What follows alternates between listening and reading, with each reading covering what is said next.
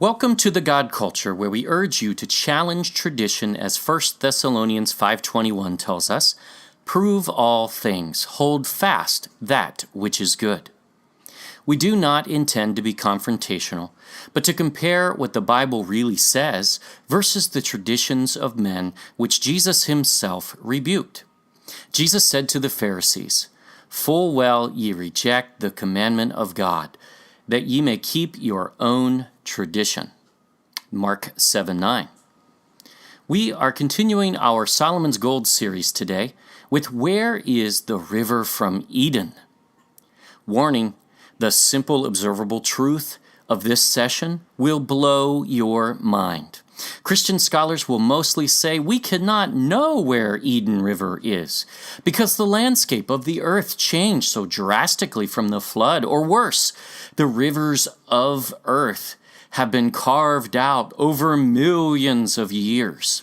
Funny, we have witnessed new rivers and large canyons being carved out in just a few days. During the eruption of Mount St. Helens, for instance, in Washington State in the 1980s. Go look at the films.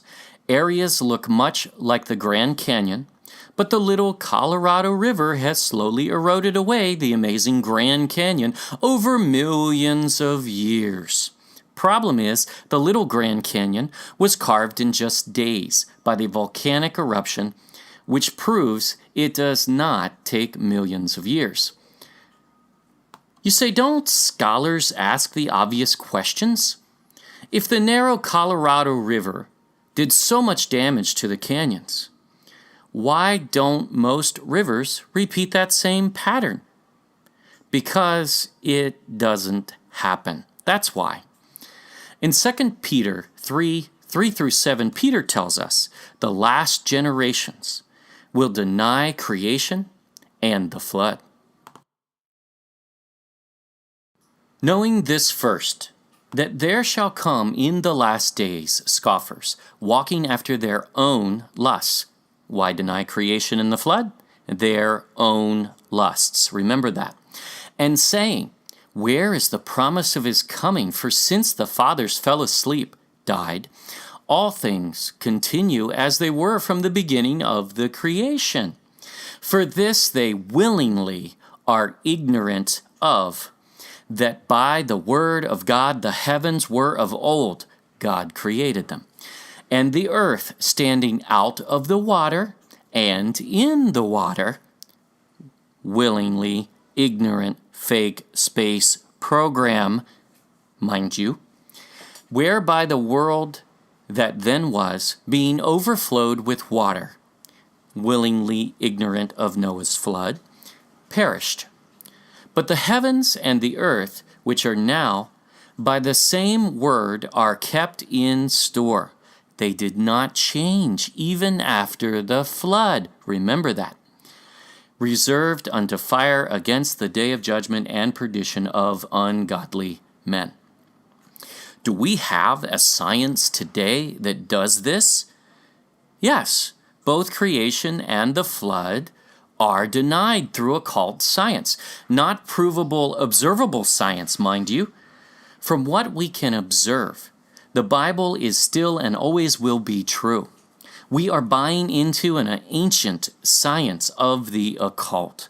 It is not new, and we will produce a series exposing this in great detail. When science or history meet the Bible and they disagree, the Bible is always correct. There are some instances that translations have been toyed with, especially the modern versions written by Jesuits, who in their own words wish to manipulate you into accepting evolution and wish to lead you to question creation and the flood. We will reveal this in detail in a series we are working on as well. By the way, if someone tells you the firmament was an ice canopy prior to the flood, which came crashing down to the earth, show them Peter's words here, saying the heavens and earth are still in their place, and waters above and below the firmament remain so. The windows were shut, but are still there. Also, remind them that Genesis 7:11, in the flood encounter, the windows of heaven were opened. And then in Genesis 8:2, it further says the windows of heaven were shut. They're still there. And they did not come crashing down to the earth. This is another theory that has no biblical foundation whatsoever, but opens the door to junk science, occult science, and we don't even realize it. It suggests the firmament is no longer there, leaving a window open for science to instill occult principles of space originating from ancient times, Babylonian times, the days of Nimrod's Kabbalah, which is carried through the ages and still thrives today, instilled in several what we call religions. Look at the 9 planets. They have names of God's enemies, fake gods. The space missions with all occult god names, including the ocean missions like Hades, god of the underworld. Very nice. Do not fall for this occult science. It is not only false, but it intends to cause us to question our faith. When the Bible and science do not agree, know this: science is always wrong. 100% of the time. In this segment, we will propose a very strong theory that we can know where the river from Eden is located, as well as the 4 heads that flow from it. We have proved that Philippines is Ophir, Sheba, Tarshish, and ancient Havilah was its name before the flood. Now we will explore the ocean floor, actual maps, which perfectly match Scripture. This is certainly a new way of thinking, but the evidence is so overwhelming, we believe you will finish watching this video and realize you now know where these rivers are as well. People have already been contacting us with frustrations as to why their pastors or theologians are not covering these kinds of topics. We do not know your pastor, and likely he is a man with a good heart, wanting to do the right thing and full of love. But remember, the real challenge here is not with local pastors. This is with a tradition that comes down from seminaries in which pastors attend. We hope your pastor will see this video and others that we produce and absorb its content and recognize the truth as they likely will, and prove all things for themselves, just as you will. Seminaries were hijacked many years ago by Jesuit philosophy, and we will expose this along the way, as there is an occult agenda behind the Jesuit thought process, which has its true root in Kabbalah, which is the truest form of Satanism, in which Lucifer is the light of what they call truth. And the God, our God, YHWH, Yahweh, Yahuwah, is considered to be the bad guy. Whose perspective do you think that comes from? Certainly not God's. Certainly not the prophets and not Jesus. Not the Bible. Again, the Bible is far clearer than we give credit, and we can and will understand the Bible for ourselves when we press in and really read it. Oh yeah, that includes the first 2/3 we call the Old Testament. We have found enough clues in the Old Testament to create this entire video series on this one subject alone. If you're not reading it, you're missing the whole message Jesus preached from the Old Testament. He didn't have the New Testament. Paul preached from the Old Testament. He didn't have the New Testament. And you are really selling yourself short if you are relying on your pastor to spend this study time with God for you and impart it into your life in a 20 to 30 minute sermon once a week. This is the reason we are so easily deceived. Not because your pastor intends to do so, or that he even is, because no pastor can possibly be quite that good. There is no replacement for your knowing the Word for yourself. Many of us are expecting our pastors to replace the high priestly role in our lives. But there is only one high priest, Jesus, and he replaced Moses. He and only he fulfills the order of Melchizedek, and no one else can perform his role. If you are not spending the time with him and learning for yourself, you are certainly neglecting your role as a priest in your home. You cannot blame your pastor or any theologian for this, and we will not do so either. Again, as we have said before, prove all things, including this video message. Let's quickly review what we have learned in this series thus far. Ophir is a larger area of which Sheba and Havilah and Tarshish had kingdoms within. The queen of Sheba heard of Solomon's wisdom in her own land, Ophir, from the navy of Hiram, king of Tyre, and came to learn about Solomon's God, who may not have been as foreign to her as we have been taught, by the way.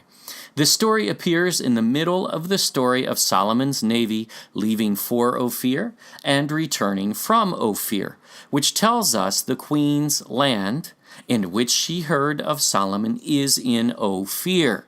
Sheba is in Ophir. There is a possible Hebrew correlation, in fact, between Cebu, originally spelled with an S, Cebu, the largest commerce island of the Philippines, and Cebu is the same word as Sheba in the Hebrew language, meaning oath. There are many other Hebrew ties in the Philippines as well, such as Mount Apo. Apo is a Hebrew word, which matches the mountain of the Orient in the story of Joktan's son's journey, Ophir, Sheba, and Havilah, which history tells us settled in the same area with each other. The gold, the almug trees, and other resources of Ophir are the same as the Philippines, and the history of that country is filled with explorers who referred to that area as Ophir and Tarshish, even contractually, even though some historians ignorantly place Tarshish in Spain, and Ophir in Saudi Arabia, and Sheba in Ethiopia. Oh, let's just take a dart and throw it at a board, because there's nothing credible that matches any of that. Tarshish, Kittim, Elisha, and Dodan, Dedan were the maritime sons according to the Table of Nations in Genesis 10, and they founded other islands within the archipelago of the Philippines. We know there is plenty of room there for all of these names, as there are over 7,000 islands in the Philippines. We have studied over 100 scriptures that seem to direct us to the Orient for the 3-year journey of Solomon's navy. 3 years, not 3 weeks. Even more ancient history from China, Indonesia, India, Greece, the Muslim empires, etc., all refer to the Philippines as the Isles or the Islands of Gold. This is no coincidence, as the gold found in the Philippines was so plentiful even in the 1600s that Magellan's historian Barbosa describes the king of Butuan sifting sand from the surface of the ground to reveal gold nuggets as large as a chicken's egg. This is significant. Imagine how that worked over 2,000 years prior to that. Now we are going to expound on the fact that the land of Ophir was, in fact, the ancient land of gold, Havilah. And we believe this will lead us to the actual location. First, remember that Upaz is the gold of Pisan. This is a clue that ties the Pisan River, which surrounds the land of Havilah, with the land of Ophir. We are confident that the patriarchs after the flood went in search of this ancient land of resources because it is the only river described by its gold being good gold, as well as pearl and onyx. When the Bible goes out of its way to describe something in such detail while not giving the same detail to the other three rivers, this is meaningful. So let's dig in to the ancient rivers from Eden. Let us begin with a brief synopsis of Noah's flood, as this is critical in locating the ancient rivers as they were covered over by the flood.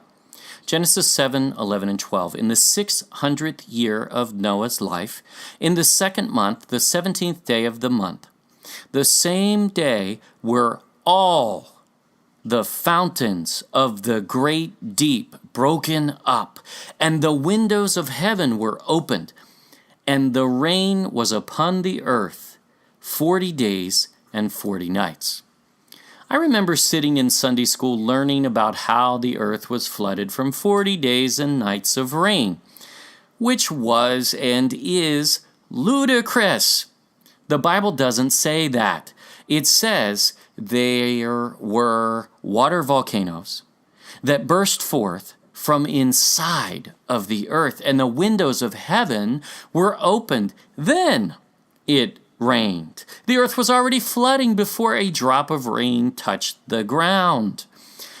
I once listened to a scientist try to explain how he ran the math on the earth flooding from 40 days and 40 nights of rain, and it would have had to rain so torrentially that the condensation would have created so much friction that the water, in fact, would have been at a boiling point temperature, so much so that the ark would have melted. Now this, of course, is ridiculous. His math may have been right, but he wasted all of that time because he didn't bother to read the Bible and understand what it actually says, because instead he probably got it from an ignorant children's book. I guess we feel that our young ones cannot handle water volcanoes. Are you kidding? So we have to dumb down the flood to just rain over 40 days and 40 nights? We can't read the passage? Come on. The scientists are waiting to pounce on our youth when they get into college, and 85% of them are converting from their Christianity in college. They're becoming atheists for the most part because we have failed to prepare them for the Pharisees. And this is our fault as parents. Stop it.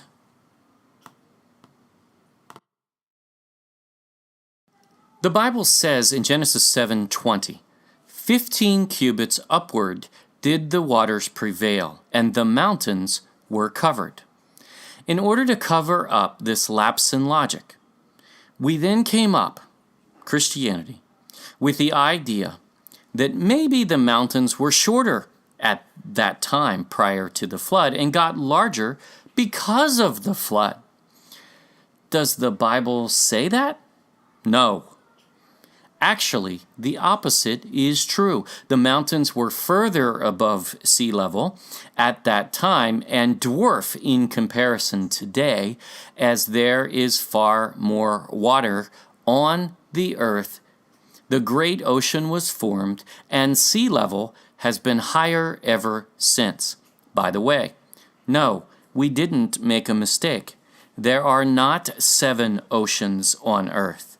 There is only one. It is all connected, so why do we let them tell us otherwise? For those wishing to claim that the mountains of the earth did not exist prior to the flood, well, we defer to the Bible. Deuteronomy 33:15 says, "And for the chief things of the ancient mountains," before the flood, of course, "and for the precious things of the lasting hills." Lasting? They survived the flood. According to Moses, approximately 1,000 years after the flood, the mountains and hills have existed since ancient times, before the flood, and they survived the flood. Of course, they were carved out in some areas and affected by erosion, but what we can observe, science, is that marine fossils from the ocean have been found atop every mountain range on Earth, including the very tallest mountain on Earth, the Himalayas. Science seems to need to tell us that these mountains came up out of the sea, but they have no such proof of this. It's merely a theory and not a good one. It does not match what we can observe. Science. And most especially, this theory opposes the Bible, and therefore we should throw it out on its ear. This is one of those subtle areas in which Christianity has allowed the occult philosophy in, and they did not see it coming. But these are the theories that will undermine the Bible and undermine our faith. They are misleading, and we need the truth. The New York Times reported, "Scientists have found fossils of whales and other marine animals in mountain sediments in the Andes." That's the Andes Mountains in South America. Marine fossils in most of the rock layers in the Grand Canyon, 7,000 to 8,000 feet above sea level. That's in North America. Marine fossils are also found high in the Himalayas, the world's tallest mountain range, reaching up to 29,000 feet above sea level. The tallest mountains on Earth, the Himalayas. Mount Everest also has marine fossils. Why? Because the Earth was flooded above the mountains 15 cubits. They didn't come up the mountains out of the sea. They were already there and they were covered over by the sea. So says the most well-documented book, history book, and science book. Don't let anybody tell you and dismiss it as those, because it is more accurate than either of any of today's standards. Christianity tries to placate these kinds of theories by accepting their premise, which pulls the carpet out from underneath them. It is obvious. Accept the theory that the mountains rose up out of the sea and undermine your faith. There is no other option. No. We need to stand on the Bible as true because it is. Science is wrong. Next, they will tell you God didn't create the heavens and the earth in 6 literal days because, well, they don't have the faith to believe what it says. Or better yet, what did Peter warn us about the denial of creation and the flood in the last days? He said they wish to pursue their own lusts. That's what's in the way, their own lusts. We are there. Side with the Bible, not fake occult science that clearly desires to explain away God because they wish to pursue their own lusts. They don't want to have a God. They want to be a God. Where did that message originate? Well, the Garden of Eden, of course, with Satan himself. There is truly nothing new under the sun, to quote King Solomon. This is an ancient science philosophy and a distortion of the 7 sacred sciences. When the earth was flooded, the new sea level covered over the ancient rivers. And we can still see them today by looking at the map of the ocean floor. The ocean floor was sea level in ancient times before the flood. Here is a map of the world ocean floor. Yes, one ocean, not seven. Notice anything that stands out here? For starters, there is what is known as the mid-ocean ridge, which starts 333 kilometers, odd occult number, by the way, which is 207 miles south of the North Pole, and it runs down between the continents in the Atlantic Ocean, under Africa, Asia, Australia, and through the Pacific all the way up to Mexico. Of course, in standard fashion, science breaks this ridge system into more than 7 names, just like the oceans, which are one ocean. But according to those very scientists, this is actually one continuous undersea mountain range, quotation marks, approximately 40,000 miles long. Wow! Nothing to see here. Move along. Oh, it's not just mountains, by the way. In the center of this 40,000-mile-long mountain range, quotations, is what science calls a rift, which has an average depth of 2.5 kilometers or 1.5 miles, and is as wide as 20 kilometers or 12 miles wide. 1.5 miles deep. Wouldn't that be classified in ancient times before the sea level rose to where it is today as, maybe a river? Of course it would. But now, this is where the science blah, blah, blah comes in. And we're going to cover a lot of science, but don't be overwhelmed because you can understand this. The diagram in the upper right shows that this represents the boundary between plates, which we have zero proof of, by the way, and have never observed. Amazing. Never. Can't find a film of it anywhere. There are no videos of it functioning. And the Earth having a magma lava core, well, that's just a guess. Not even a hypothesis or a theory, it's a guess. We've never drilled that far. We don't know what's in the center of the Earth. We don't know. There is no evidence for magma as a core to the Earth whatsoever. It's junk science, and we will cover this. Not what you learned in science class, of course. Oh, we are just getting started. As seen in the upper right, they even tell us that the Earth moves like a conveyor belt at this point of the ocean floor at the mid-ocean ridge. This is a cute computer graphic, but have you ever seen a video of this occurring? Where is the movie? Here's a video of a supposed mission to the bottom of the deepest portion of Marianas Trench, the Challenger Deep, which is the deepest part of the ocean and is in the Pacific. How do we know this is the very bottom of the mid-ocean ridge? If they wanted to show us that, they would likely have filmed next to the wall of the ridge. And what is this robot doing? Why does the robot have to open the door himself? We couldn't install an automatic door? How much did we pay for this robot to collect dirt with a claw instead of giving him a shovel? Silly robot, didn't you know the ocean floor at the bottom of Marianas Trench moves like a conveyor belt? Look out! You'll get sucked into Hades. Oh, I forgot.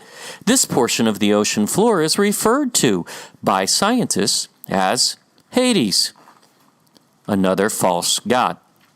Perhaps it's not as bad as the Vatican Church naming the device in their telescope, the largest on Earth, on Mount Graham, Arizona, as Lucifer.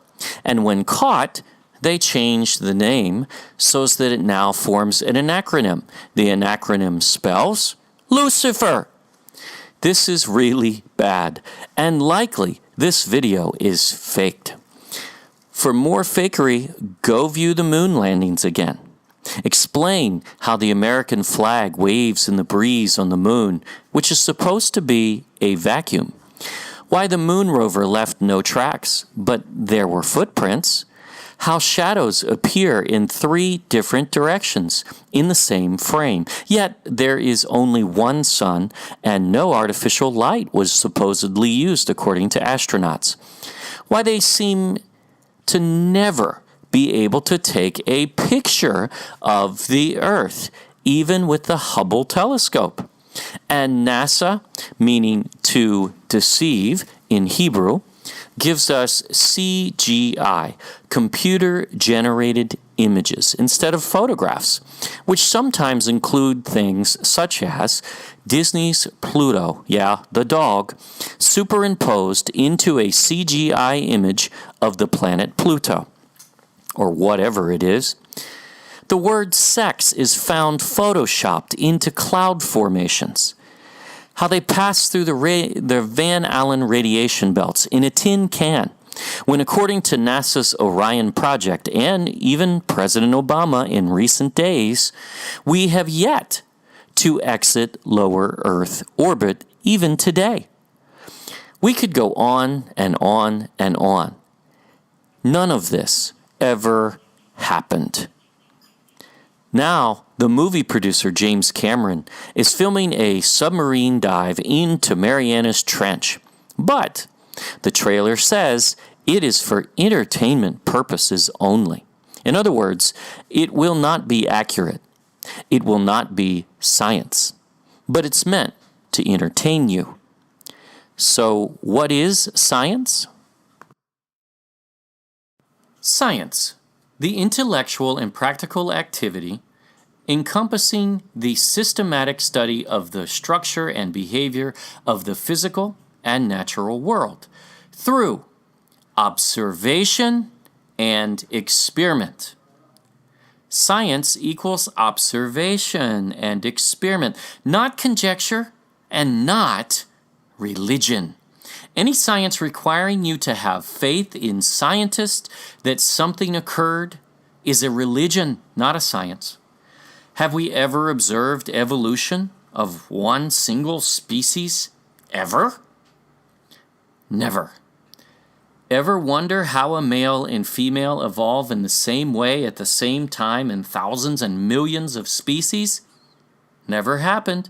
We have never observed either, whether alone, both at the same time.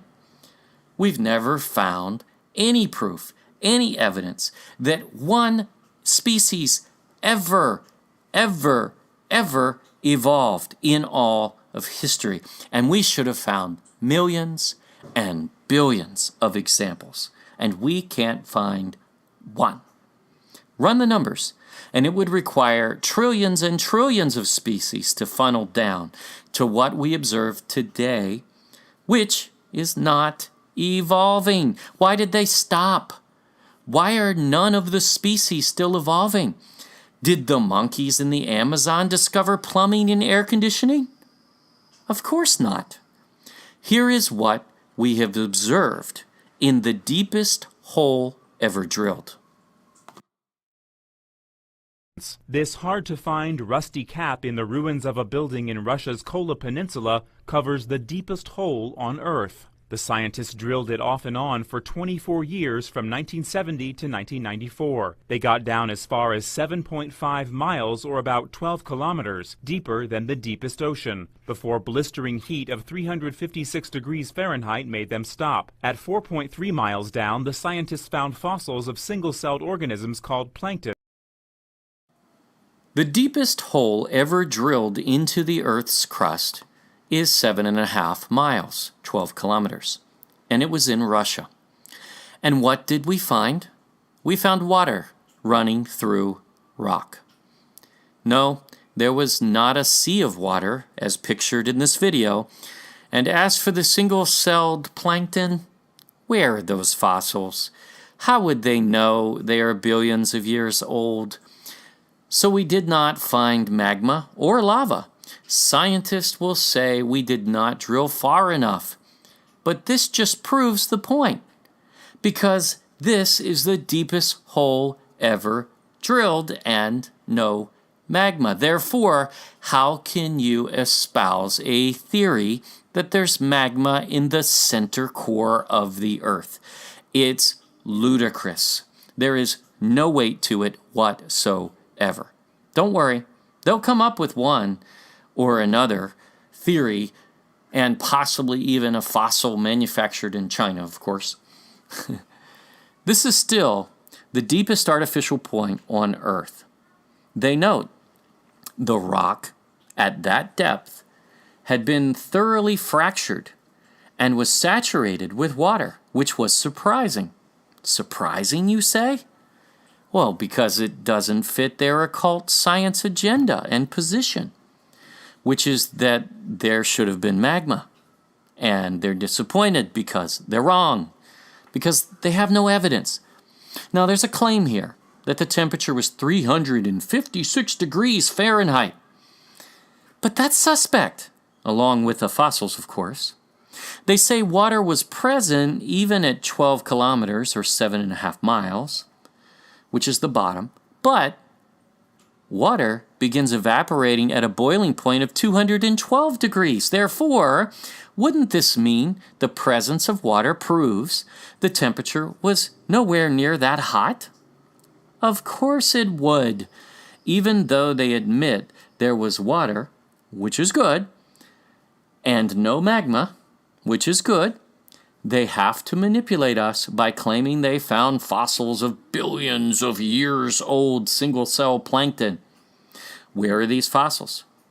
You won't find them. See them, touch them, feel them. Nope, won't happen. Because they do not exist yet, although they may well order some from China, as we said, which no one will be able to examine, of course. Kind of like the dinosaur bones, but we won't go there. We'll deal with that in another video. They also claim the water is not consistent with the ocean water, but how do we know that? They fail to point out as well the process in which ocean water goes through when entering the oceans through hydrothermal vents, which we will show you. But there was another hole drilled that showed more honesty in their report. Another example of a super deep hole drilled into the Earth's crust is the KTB borehole, Germany's super deep telescope into the Earth's crust. From 1990 to 1994, the KTB drilled into the Earth's crust 9,000 meters or 29,000 feet. We have acquired the actual report from the Oil Field Review from January 1995 regarding this project, and these are direct quotes from that report. Fluids. The scientists at KTB expected deep crystalline rock to be bone dry. But to their surprise, we've heard that before, water influx occurred at several depths.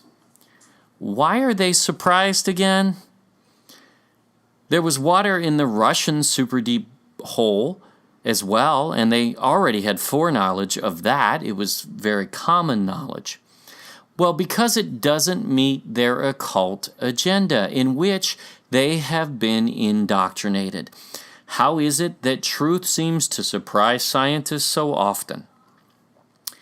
Tests showed the water had not leaked down recently from the surface. This disproves the theory that the water coming up through hydrothermal vents, which we will cover later, first supposedly leaks down into the rock through fissures, small cracks, but instead the water is already down there and comes up. We'll show these later.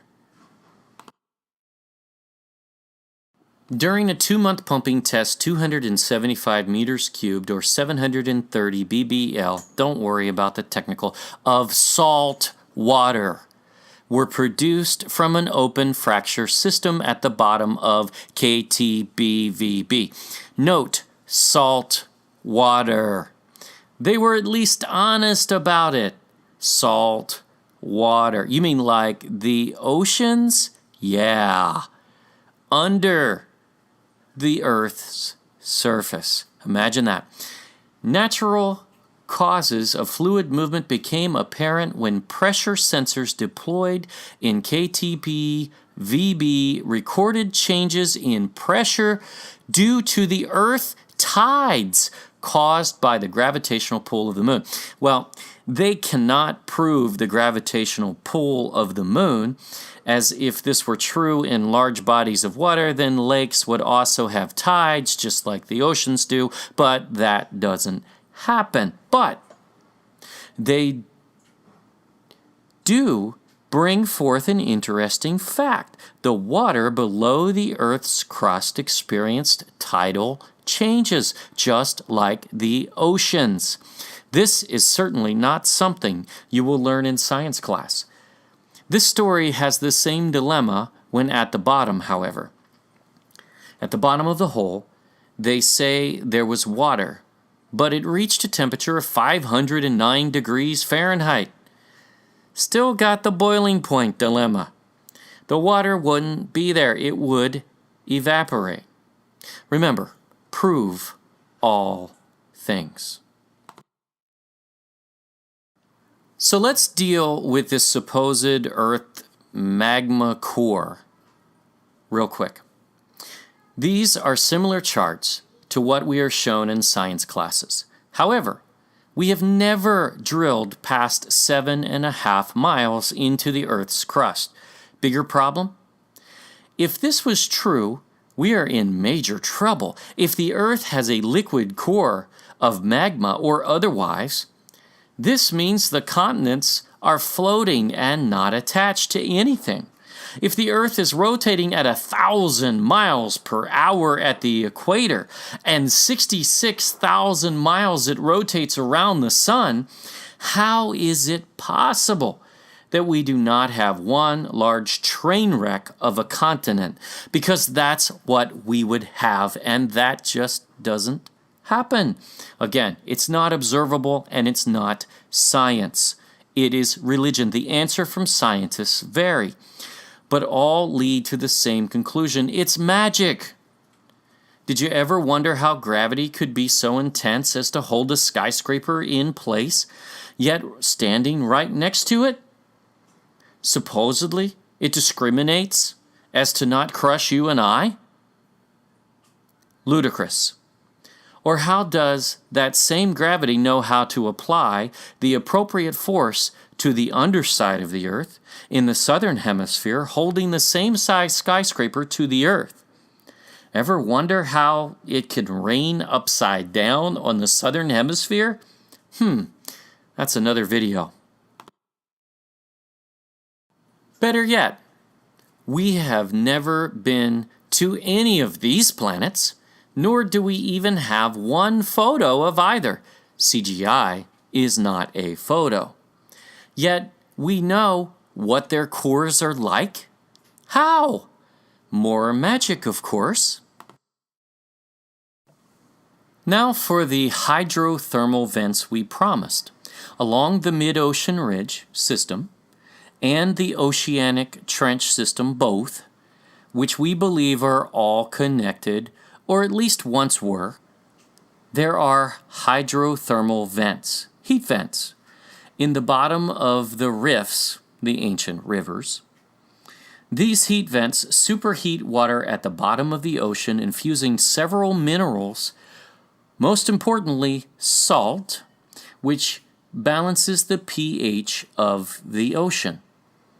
How did chance know to place these vents there, in just the right spots where the ocean is below freezing temperatures? Answer, once again, it's magic. Just as evolution, the Big Bang, the conveyor belts on the ocean floor, the magma core of the Earth and the other planets, the moon landing, gravity, which is alive and thinks for itself, it's all magic. Certainly not observable science.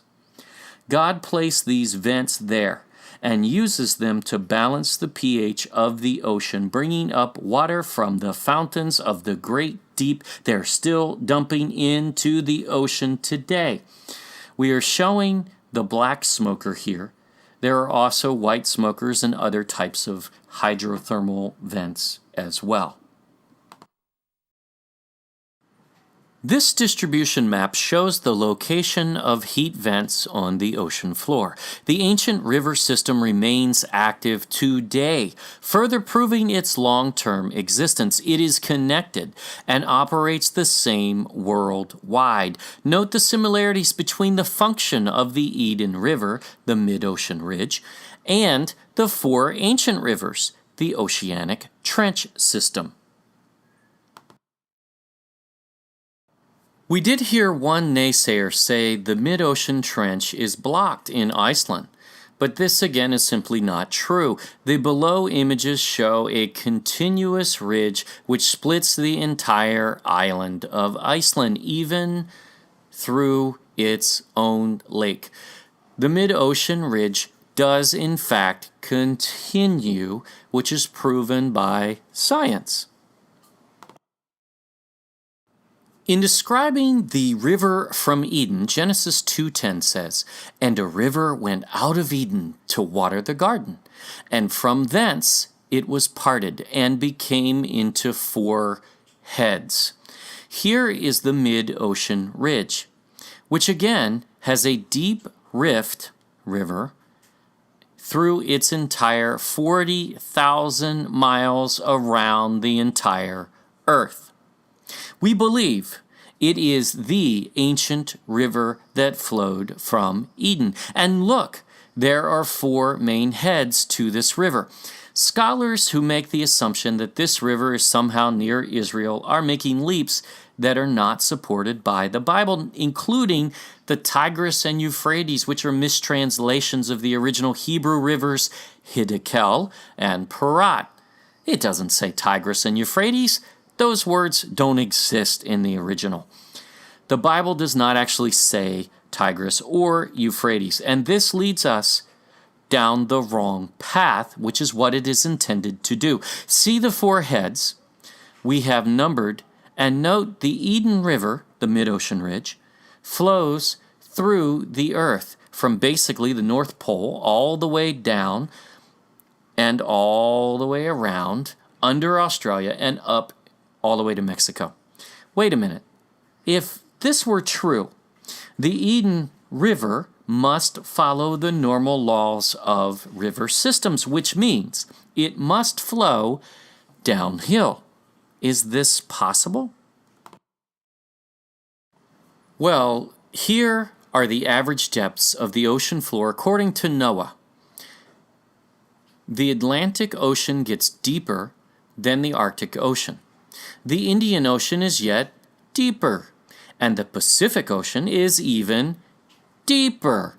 In other words, the Eden River mid-ocean ridge is actually flowing downhill from one ocean to the next. It begins just below the North Pole and continues down and around to the Pacific. It fits. This means Eden's location would be in the North Pole. Not the garden, but Eden. The Garden of Eden is actually east of Eden, and we are unsure where exactly that might be. Genesis continues to describe the four river heads. Genesis 2:11 and 12. The name of the first is Pison. We've talked about that. That is it which compasseth, surrounds, the whole land of Havilah, where there is gold, and the gold of that land is good. There is bdellium and the onyx stone. Notice the blue path we have drawn which flows from the Eden River, mid-ocean ridge, from Mexico up the west coast of the U.S., California, to Canada, to Alaska, over to Russia, down to Japan, and look, it splits at the Philippines, just below Taiwan. It goes around and comes back together in portions of Indonesia. This fits the definition of the Pisan River, and imagine this is actually a series of trenches from the oceanic trench system. We already discussed that Philippines is Ophir, Sheba, Tarshish, and Havilah. We reviewed the two scriptures earlier referencing that the gold of Upaz, in harmony with Tarshish and Ophir, is the gold of the Pisan River. So what we know is that this river surrounds the whole land of Havilah, where there is good gold, pearl, and onyx stone. We have proven that that is the Philippines. And look, it surrounds the Philippines. This is the only river defined by its resources. Why? Remember, Adam and Eve knew this. There was no portion of the earth in which he was not aware and given dominion. To assume he stayed in a small spot and never left is just not supported by Scripture. Human nature, nor the responsibility that accompanies the authority God gave him over the entire earth, it all just makes sense. Let's look at an even closer view of the ocean floor in this area we are calling Havilah. Well, science does it again. They tell us there are 7 oceans, but there is really only one continuous world ocean. They tell us the mid-ocean ridge has 7 or more names, yet it's actually still just one continuous system. But when we get to the trenches, wow, they go crazy. Don't be overwhelmed by all these names. They don't matter.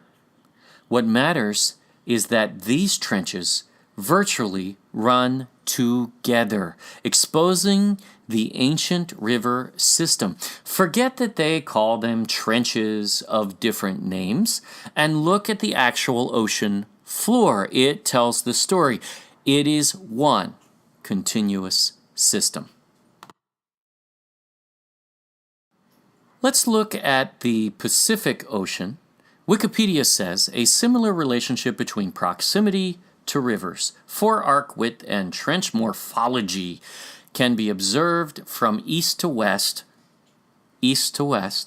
along the Alaskan-Aleutian convergent margin. The convergent plate boundary offshore Alaska changes along its strike from a filled trench, really?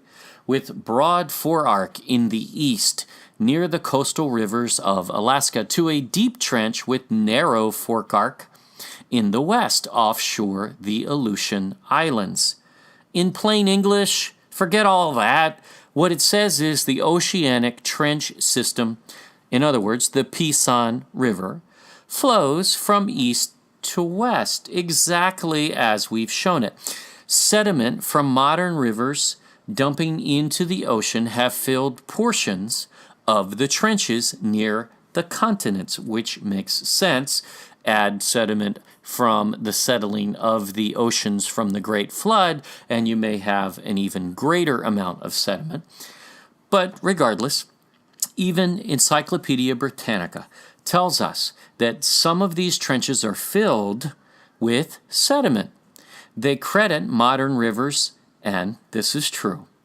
However, remember, there was a global flood, which we will prove further, and there would have been major amounts of additional sediment from that catastrophe, the amounts of which we have never seen the like.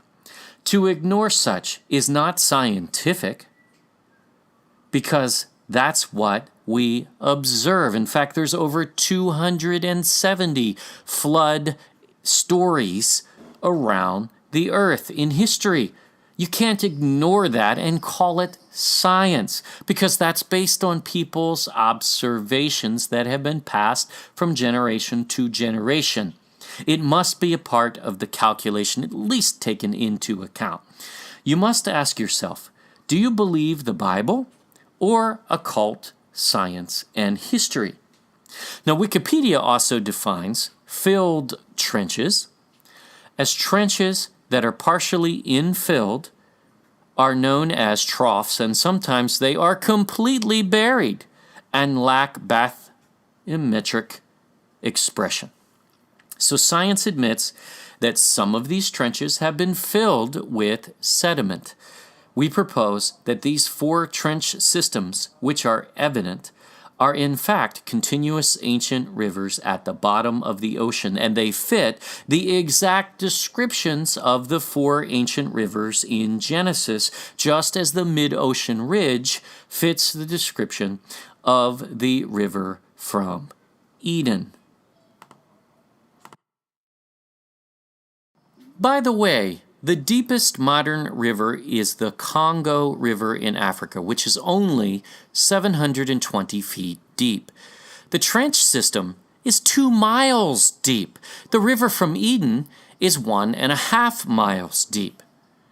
The Eden River would have flowed downhill from Arctic to Atlantic to Indian to the Pacific Oceans, each deeper than the other. Additionally, the river from Eden would have continued to flow downhill, as science tells us would be the case if it's a river, into the 4 rivers, which are even deeper at 1.9 to 2.5 miles deep, which is the average depth of the oceanic trenches, as opposed to the 1.5 mile depth of the Eden River mid-ocean ridge system. All of these facts come from the very scientist who will likely deny our theory as impossible. Again, you must prove all things for yourself. What makes sense to you? Remember again, water flows downhill. Furthermore, with rare exception, which we believe would be the infilling of trenches by sediment, as we illustrated earlier, notice even the trenches themselves show greater and greater depths in the direction in which the Pison River flows. What a coincidence that the deepest trenches are the ones at the end of the ancient river system. But God gave us more clues here, which tie this all together. Genesis 2:11 and 12 says, "And the gold of that land is good. There is bdellium, pearl, and the onyx stone." As we dealt with in previous videos, the ancient gold of the Philippines is historically proven since at least 1000 BC, and the Upaz description ties Philippines, which is ancient Ophir, where Solomon got his gold for the temple, as the gold of Pison, which is Havilah, the ancient land of gold prior to the flood.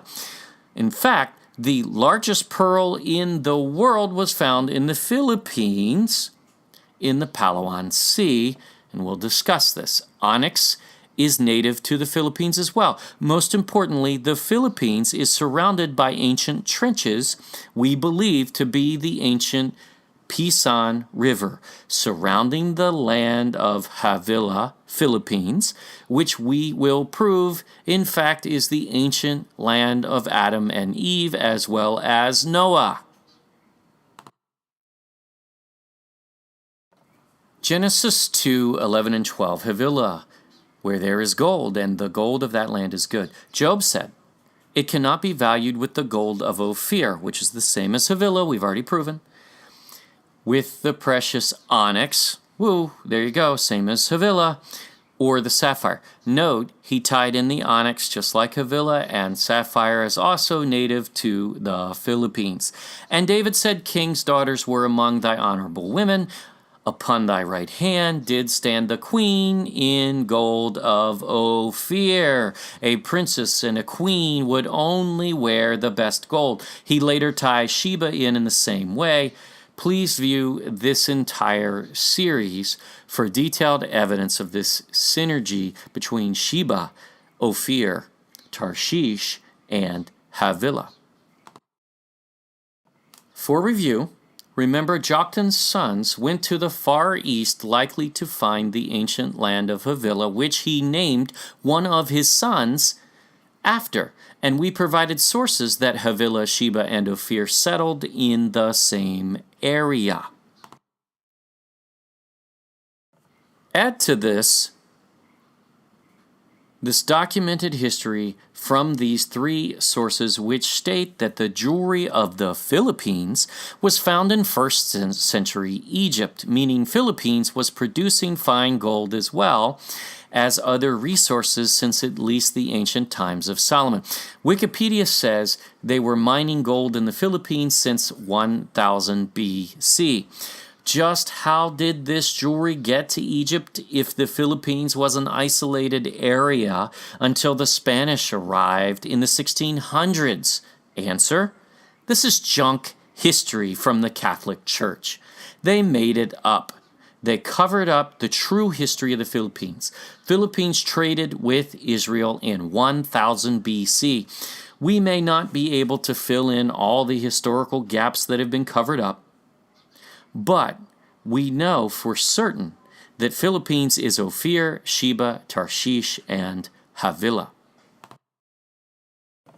We discussed before in our series that Italian scholar Pigafetta, who traveled with Magellan, wrote, Mindoro, Philippines, possessed great skill in mixing gold with other metals and gave it natural and perfect appearance that could deceive the best of silversmiths.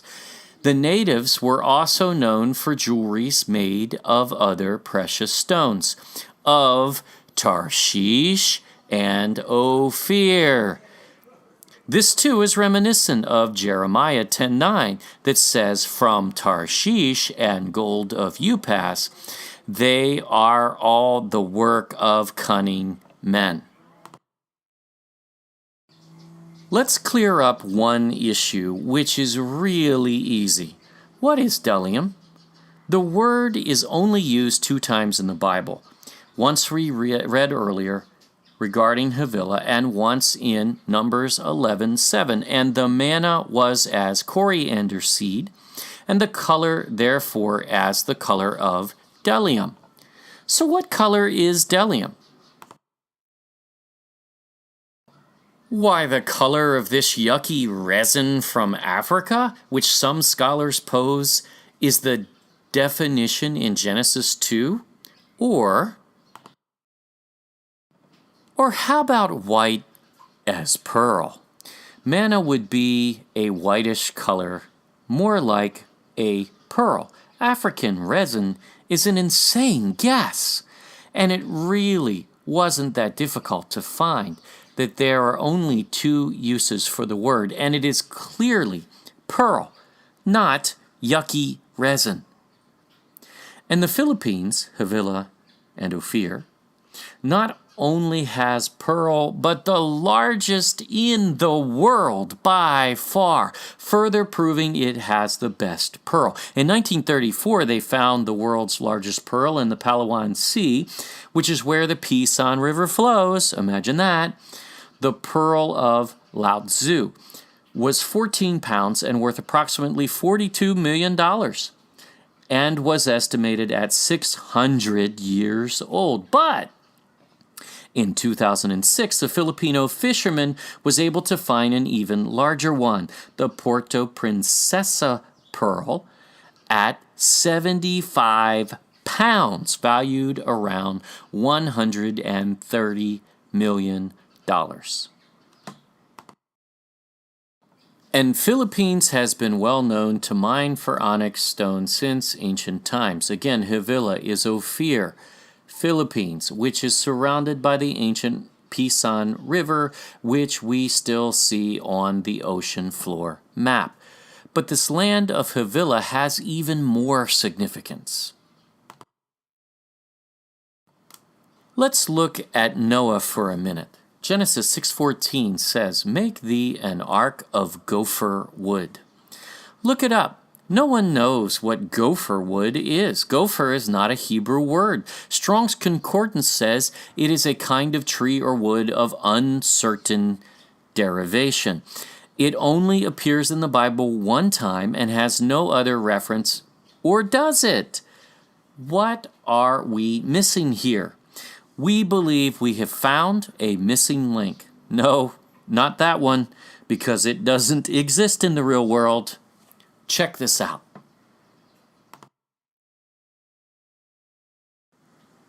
In 1828, Noah Webster's American Dictionary renders a definition that has disappeared from history. It defines Ophir wood. O-P-H-E-R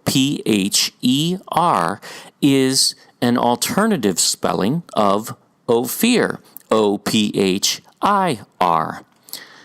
A species of wood used in the construction of Noah's Ark. Could gopher wood actually be Ophir wood? Maybe this is a mistake. It did not carry over in any biblical translations we can find, yet this is most significant. Could there be another source? Around the same time in 1816, in his book, The Pilgrim's Muse, author and minister Joseph Thomas also recites scripture in poetic form. Oddly, he also renders Genesis 6:14 not as gopher wood, but instead as Ophir wood.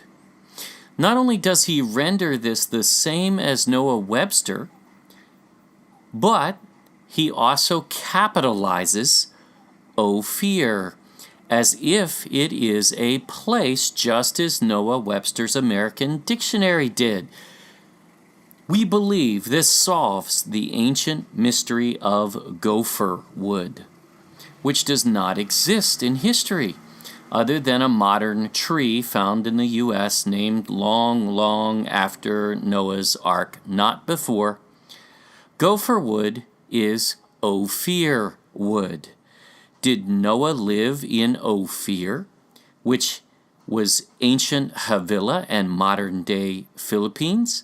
Did Solomon use the same wood that was used to build the ark in the temple? Is this why the gold of Ophir, Havilah, was so precious to Solomon that he would build an entire navy just to go there, mind you? No other stops are listed on the route ever. Note, his navy only had that one expressed purpose: go to Ophir for resources. Why? Because it was the ancient land of Havilah, where Noah was from, where Adam and Eve were from. Remember the portion of our series where we discovered the Philippines' special national tree, the Nara tree, which is a red sandalwood fitting the description of almug wood used to build the pillars and terraces of the temple? We reiterate, Nara is a word of Hebrew origin, meaning she who must be admired. This definition is fitting of the story of the Queen of Sheba, tying Sheba, Ophir, to the story. Well, this would also likely be the same wood of Ophir, Ophir wood. So where did Adam and Eve settle after they were exiled from the Garden of Eden? Well, there is only one land defined by its resources in early Genesis outside of the garden. Did you know the name of Eve in Hebrew is actually Hava? Add an IL in the center, which is a variation of El, meaning God, and you get Havilah. God inside of Eve. Could Havilah, Ophir, be the place where Adam and Eve lived all the way through to Noah? Let's look at Strong's Concordance definition of Havilah. One that suffers pain, that brings forth. You mean like childbirth? The land where she bore the first children of humanity, but in the pain of labor as the curse she received in the Garden of Eden? Note the alternative spelling of Havilah is Evilas or Evilath. Eve. This is an exact tie to the curse Eve was to bear from the Garden of Eden. That's no coincidence. Havilah is the land named after Eve and is defined by her curse. This means Philippines was the home of Adam and Eve, likely one land and not islands prior to the flood, surrounded by the Pisan River, which we can see from the ocean floor still today. We're almost there, but someone is thinking right now about the Ark, which supposedly landed in Turkey on Mount Ararat, right? This would pose a dilemma in our thinking, for sure. Well, what does the Bible tell us? Genesis 8:4 says, "The ark came to rest on the mountains of Ararat." Note the plural mountains. Ararat is the Hebrew spelling of the word Urartu from Mesopotamia, Iraq, meaning highest land. So the mountains of the highest land, Ararat. But let's let the Bible interpret the Bible. Genesis 11:2, "And it came to pass, as they, Noah's descendants, journeyed from the east, that they found a plain in the land of Shinar, and they dwelt there." Noah's descendants came from east of Shinar? But is Mount Ararat in Turkey east of Shinar, otherwise known as Babylon, which is modern-day Iraq? Problem: Turkey is due north of Iraq, Shinar, Babylon. It is not east. Why does the Bible mention they came from the east? To give us a clue. God certainly knew that Turkey would make a claim to the ark, and he left us clues to give us truth. But there's more. Turkey is not the highest land, even in close proximity to its own territory. Within 600 miles, there are two mountain ranges with higher peaks, almost 2,000 feet higher than Mount Ararat in Turkey. One of these is east of Shinar, but Urartu Ararat means highest land, and the highest land is in fact the Himalayas, Mount Everest, which is almost twice as tall as Mount Ararat.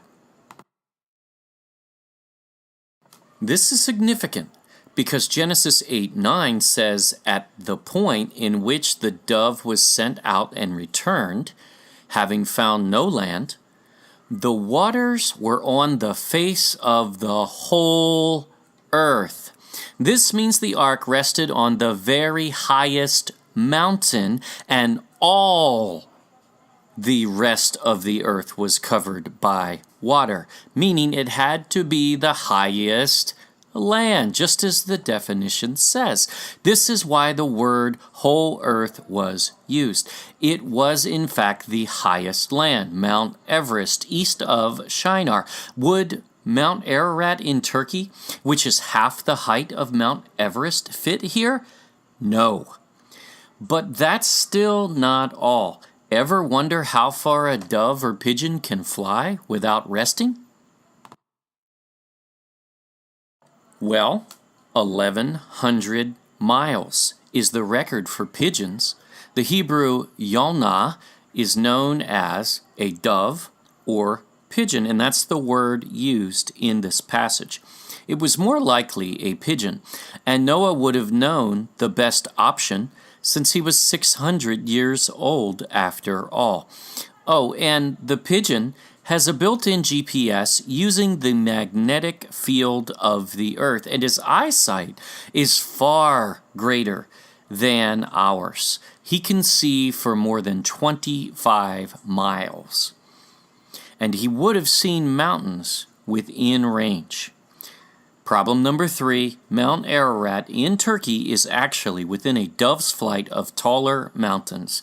It is rather improbable that this is the mountain in which Noah's Ark rested. But we're not done. Genesis 8:5 reads, "And the waters decreased continually until the 10th month. In the 10th month, on the first day of the month, were the tops of the mountains seen." This is a picture of Mount Ararat in Turkey. Do you see the tops of other mountains like Noah would have? And this is from the vantage point of an airplane. Mount Ararat has twin peaks, but it is a stand-alone volcano. It is one mountain, not mountains. And the closest mountaintops, well, they're 240 miles away, which you don't even see from the airplane vantage point, whether alone on a ship. So Noah would not have seen other mountaintops if he landed on Mount Ararat in Turkey, because he did not land there. He rested on the highest mountain, Mount Everest. He left from the Philippines in the Far East and floated to the Himalayas in 150 days approximately. The earth flooded for 1 month before the ark was lifted afloat, because he would have built it on a mountain, not in the valley. For those of you who are familiar with Ron Wyatt or others discovering wood boats on mountains in Turkey or Armenia, if they are finding ancient boats, which they may have, it is not Noah's Ark. There may well have been other boats, as the ancient rivers would have been easy to travel, and with no rain, there were probably no storms. They would not have likely survived the flood with people in them, but the boats may well have floated. The generations before the flood lived hundreds of years. They would have figured out how to build boats. This is not something that requires rocket science, whatever that is. It is not an astonishing art of modern times. There have always been boats since even the Garden of Eden, when Adam likely traveled the entire world in which he was given dominion. It would have been irresponsible not to travel the earth for the leader of the earth who had been given such dominion. Don't buy into junk history. Prove it with the Bible. And if it passes the test, believe it. But if it doesn't, throw it out. One last point about the ancient Pison River, which surrounds the Philippines, land of Havilah and Ophir. If it is in fact an ancient river, and most all marine species survive the flood, there should be a greater marine life biodiversity around the Philippines. But is there? The Carpenter Report from 2005 says Philippines is not only part of the center, but is, in fact, the epicenter of marine biodiversity, with the richest concentration of marine life on the entire planet. Well, it just so happens to be the case, and here's a second source to confirm. According to CNN, on April 30th, 2012, the Philippines sits at the heart of the Coral Triangle, the global center of marine biodiversity, about halfway between the provinces of Batangas and Mindoro. The Verde Island Passage boasts the highest concentration of marine species in the planet. Yep, once again, Philippines does not just fit as a possible, but the one and only place on Earth that could be the ancient land of Havilah, surrounded by the Pison River, which flowed from the River of Eden. But one last piece of business. Where are the other three riverheads? Genesis 2:13. And the name of the second river is Gihon. The same is it that compasseth, surrounds, the whole land of Cush. Oops. There goes the Bible again, disproving that Ethiopia or Yemen could be Sheba and Ophir nor Havilah. What is the whole land of Cush? Cush is basically Ethiopia, but the whole land of Cush would be the entire continent of Africa. And what do you know? There is an ancient trench system surrounding Africa as well, which feeds from the Eden River, Mid-Ocean Ridge system, where you see the number 2 on the map. Remember, modern rivers do not fit any of these descriptions, and there is no river surrounding just Ethiopia. Whole land means entire continent, and look, it fits. Once again, the close-up view of the ocean floor shows the many trenches which make up the ancient Gihon River surrounding the whole land of Cush, Africa. Genesis 2:14a. And the name of the third river is Hiddekel. That is it which goeth toward the east of Assyria. By the way, even the King James suggests the translation of Hiddekel as Tigris. Problem is the Tigris River flows south, not east, is not east of Assyria, and most of all feeds off the Euphrates River, not the Eden River. Hiddekel is the name of this river in the original Hebrew, not Tigris, and no one should have made such a leap of error. It's funny how someone is trying to lead us to Babylon as the beginning of society. I wonder who would do that. Wait for our Babylon series, and you will see this is a purposeful misleading. Again, look at a more detailed map of the ocean floor and see the trenches involved in this river system as well. Once again, it fits. Note, east of Assyria would begin around the Persian Gulf, which is actually where the ocean floor shows the ancient river.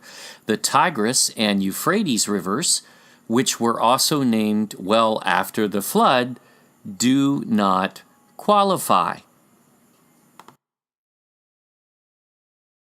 Genesis 2:14, Part B. And the fourth river is Parat. That's it. All the information we have on this ancient river, certainly not enough to claim it is the Euphrates as it is translated in error, but we do see a fourth riverhead that just so happens to begin at the Eden River, Mid-Ocean Ridge. And look at the detailed ocean floor map and notice the trenches in line once again. We have one last observation for you. Notice the river from Eden path. It is clear that the fountains of the great deep burst forth through the 40,000-mile-long Eden River, Mid-Ocean Ridge, headed down the mountain range on both sides of it through all 40,000 miles, and these mega tsunamis smashed into what we call the continents. This is why we see no land other than islands anywhere near the Eden River, mid-ocean ridge. Take special note of the location of the Philippines, Havilah, Ophir. It is further away from the point of impact and would have been the ideal position for the ark to have been built. This explains why there are so many more islands that survived in the areas of Southeast Asia than anywhere else on Earth. After exhaustive research, we conclude that Philippines is ancient Havilah and Ophir, Tarshish, and Sheba. Adam and Eve and their generations lived there. Noah's ark was built of the wood of Ophir, not gopher, and this would have been the same Nara wood, Hebrew word, used to build Solomon's temple. Noah's ark did not land in Turkey, which is north of Shinar, not east, but instead in the true highest land called Mount Everest today. How have they gotten away with this for so long? We will explore this further, but we believe that the bloodlines of Menelik, son of the supposed Queen of Sheba from Ethiopia, the wrong Sheba, son of Cush, and not Ophir's brother, as the Bible states, who in fact was a Nephilim half-goat hybrid. This impostor has been used over the centuries to justify the rule of pharaohs who lead us to today's European royal families, which also, unfortunately, lead us to the bloodlines of every U.S. president, including Obama and Trump. With this history corrected, it exposes these royal bloodlines as deriving from a hybrid Nephilim, appropriately, whom Solomon probably never even knew, whether alone fathered a child with, as the Bible never states this, just a cult legend from the Kebra Nagast in Ethiopia. This requires much proof, and we will prove this out even further. But for this series, we believe we have provided ample proof of where Solomon's gold originated and why it was so incredibly significant. Philippines is the land of Ophir and ancient Havilah and Sheba and Tarshish. And Jesus spoke of the Philippines in his prophetic word concerning the last generations in Matthew 12:42 and again in Luke. The queen of the south shall rise up in the judgment with this generation and shall condemn it. For she came from the uttermost parts of the earth to hear the wisdom of Solomon, and behold, a greater than Solomon is here. This is referencing the Queen of Sheba, and Sheba is Philippines. Rise up, Philippines, come out of mystery Babylon and stand against corruption. You are already seeing this prophecy begin to be fulfilled in the actions of your current fight against drugs, which is really Satan's window to demon possession. Your history has been erased by the Roman Empire Catholic Church and Roman Empire's American Empire. See the Treaty of Paris, which formed the United States, as the King of England exposes his title as Prince Elector of the Holy Roman Empire and the United States. This was not a decree of independence. It was a continuation of an empire which is evident in its fruit, which even brought a war to your shores, which it instigated right here, causing loss of your civilians.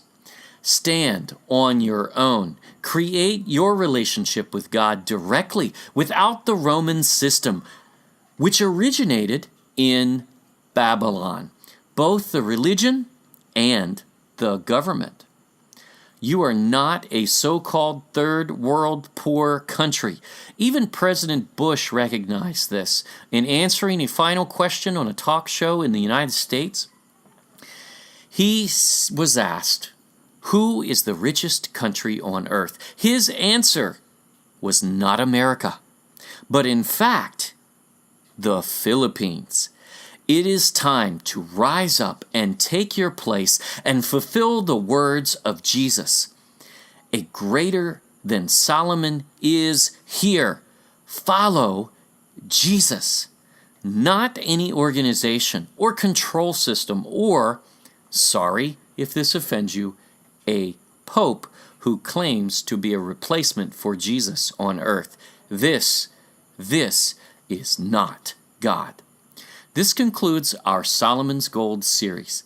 Thank you for listening, and remember, prove all things. Visit our website at thegodculture.com and subscribe to our YouTube channel for future series, as we are only just warming up. Thank you.